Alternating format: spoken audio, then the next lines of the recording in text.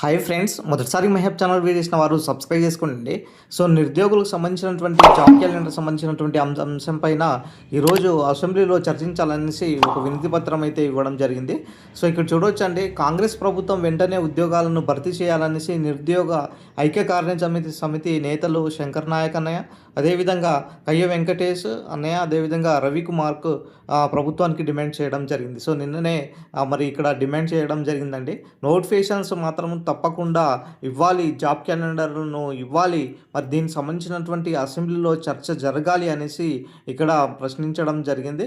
So ఇక్కడ నగర కేంద్ర గ్రంథాలయంలో ఆదివారం మాట్లాడారు. నేటి నుంచి ప్రారంభం కానున్నటువంటి అసెంబ్లీ సమావేశాల్లో నిరుద్యోగ అంశంపై చర్చించాలి. ఎందుకంటే కాంగ్రెస్ ప్రభుత్వము ఏడాది వచ్చి 2 లక్షల వరకు ఉద్యోగాలు భర్తీ చేస్తామని చెప్పారు. కానీ ఇక్కడ చూసుకున్నట్లయితే ఒక్క నోటిఫికేషన్ కూడా లేదు. సో ఇప్పటికైనా నోటిఫికేషన్స్ గురించి చర్చించి చట్టబద్ధత కల్పించి వెంటనే నోటిఫికేషన్స్ని ఇవ్వాలి. ఉద్యోగ నోటిఫికేషన్ ఇవ్వకుండా పోవడంతో నిరుద్యోగులు ఇబ్బందులు గురవుతున్నారండి. ఈరోజు ₹5 భోజనం చేసుకుంటూ అటు ఇంటికి పోలేనటువంటి పరిస్థితిలో ఉండి తినకుండా అదే స్టడీ హాల్ చుట్టూ, అదే లైబ్రరీల చుట్టూ తిరుగుతున్నారే తప్ప మరి ఒక్క నోటిఫికేషన్స్ కూడా లేనటువంటి పరిస్థితి. సో ప్రభుత్వం దీనిపైన వెంటనే స్పందించాలి, వెంటనే నోటిఫికేషన్స్ని ఇవ్వాలి. ఇప్పటికే విద్యార్థులు చాలామంది డిప్రెషన్కి వెళ్ళిపోతున్నారు. వాళ్ళు ఎప్పుడెప్పుడు ఆ నోటిఫికేషన్ అనేది ఎదురు చూస్తున్నారు.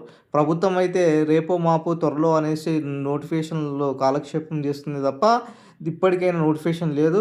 ఖచ్చితంగా ప్రభుత్వం వెంటనే నోటిఫికేషన్ ఇవ్వాలనేసి ఇక్కడ నిరుద్యోగ ఐక్య కార్యాచరణ సమితి నేతలు ఇక్కడ డిమాండ్ చేయడం జరిగిందండి. అదేవిధంగా అసెంబ్లీ సమావేశంలో జాబ్ క్యాలెండర్ ప్రకటనపై స్పష్టత ఇవ్వాలనేసి చెప్పడం జరిగింది. అదేవిధంగా మనకు ఏదైతే 40,000 ఉద్యోగాలకు సంబంధించినటువంటి ఏదైతే చెప్పారో ఆ 40,000 సంబంధించినటువంటి ఉద్యోగాలు కూడా మరి వెంటనే ఇక్కడ చట్టబద్ధత కల్పించాలి. ఏదైతే అసెంబ్లీ సమావేశాలు ఏదైతే జరుగుతుందో ఆ అసెంబ్లీయే దేవాలయం లాంటిది. సో అలాంటిది ఇక్కడే నిరుద్యోగులకు న్యాయం జరగాలి. వెంటనే 40,000 ఉద్యోగాల ప్రకటన వెంటనే ఇక్కడ అమలు చేయాల్సిందే. సో ఖచ్చితంగా కొత్త ఏడాది 2026లో ఖచ్చితంగా వరుస నోటిఫికేషన్స్ ఇవ్వాలనేసి ఇక్కడ నిరుద్యోగుల నుంచి ప్రధానంగా అయితే డిమాండ్ అయితే కనబడడం జరుగుతుంది. గతంలో మరి ఇచ్చినటువంటి హామీ మేరకు మాత్రమే మరి ఇక్కడ నోటిఫికేషన్స్ ఇవ్వాలనేసి, అదేవిధంగా గతంలో చెప్పారు గ్రూప్ టూలో 2,000 పోస్టులు మేము వచ్చిన అధికారంలో రాగానే 1 ఇయర్లోనే భర్తీ చేస్తాం. గ్రూప్ 1 సంబంధించినటువంటి దాదాపుగా 200 నుంచి 300 పోస్టులు భర్తీ చేస్తాం. మిగతా డిఎస్సి సంబంధించిన పోస్టులు 10,000 నుంచి 20,000 భర్తీ చేస్తాం.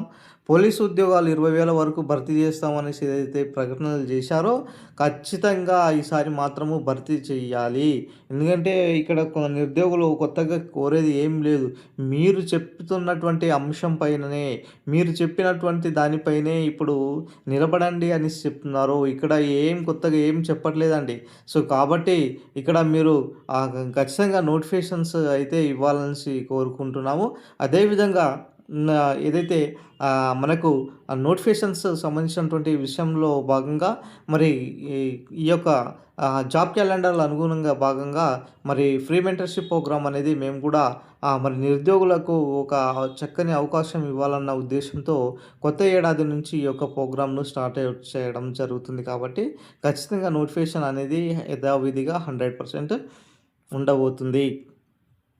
అటు ఏపీ పబ్లిక్ సర్వీస్ కమిషన్ చూసుకున్నట్లయితే దాదాపుగా 90,000 పైగా నోటిఫికేషన్లు, అటు టీజీ పబ్లిక్ సర్వీస్ కమిషన్ నుంచి కూడా 40,000 వరకు పైగా నోటిఫికేషన్లు ఇచ్చే ప్రయత్నంలో ఉన్నారు. కాబట్టి సో ప్రభుత్వము దీనిపైన మరింత దృష్టి పెట్టి మరి వెంటనే కొత్త ఏడాదిలో ఉద్యోగాలు ఇవ్వాలనేసి కోరుకుంటున్నాం సార్. ఇది ఈరోజు సంబంధించినటువంటి అప్డేట్. వీడియోని లైక్ చేయండి, షేర్ చేయండి, సబ్స్క్రైబ్ చేసుకోండి సార్.